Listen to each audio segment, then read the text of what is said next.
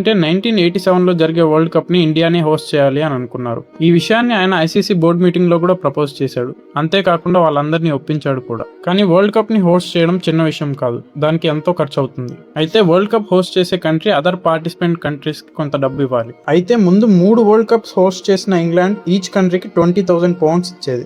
అయితే ఈసారి ఎలాగైనా ఇండియా వరల్డ్ కప్ హోస్ట్ చేయడానికి ఐసీసీ ఒప్పుకోవాలని ఇండియా వాళ్ళు ఈచ్ టీమ్ కి ఇంగ్లాండ్ ఇచ్చేదానికన్నా డబల్ 40,000 పౌండ్స్ ఇస్తారని ఒప్పుకున్నారు. అయితే వరల్డ్ కప్ హోస్ట్ చేయడానికి పర్ ఈచ్ 40,000 పౌండ్సే కాకుండా ఇంకా చాలా ఖర్చులు ఉంటాయి. కానీ బీసీసీఐ దగ్గర అప్పుడు అంత డబ్బులు లేవు. సో సాల్వే గారు కొంత ఫండ్స్ కోసం గవర్నమెంట్ ని అప్రోచ్ అయ్యారు. గవర్నమెంట్ కూడా కొంత డబ్బు ఇచ్చింది, కానీ అది సరిపోదు. కావాల్సినంత ఫండ్స్ వచ్చేది స్పాన్సర్షిప్ లో. సో సాల్వే గారు 1987 వరల్డ్ కప్ స్పాన్సర్షిప్ కోసం ధీరూభాయ్ అంబానీ గారిని అప్రోచ్ అయ్యారు. ధీరూభాయ్ అంబానీ గారు కూడా 6 కోట్లు ఖర్చు పెట్టి రిలయన్స్ కంపెనీ ద్వారా స్పాన్సర్ చేశారు. దాంతో రిలయన్స్ టైటిల్ స్పాన్సర్ అయింది. ఇంకా ఆ world cup Reliance world cup 1987 అయింది. మీరు మన ఛానల్ ని సబ్స్క్రైబ్ చేసుకోకపోతే సబ్స్క్రైబ్ చేసుకోండి, ఎందుకంటే మన ఛానల్ ఇప్పుడిప్పుడే గ్రో అవుతుంది. మన ఛానల్ కి సపోర్ట్ చేయాల్సింది మీరే.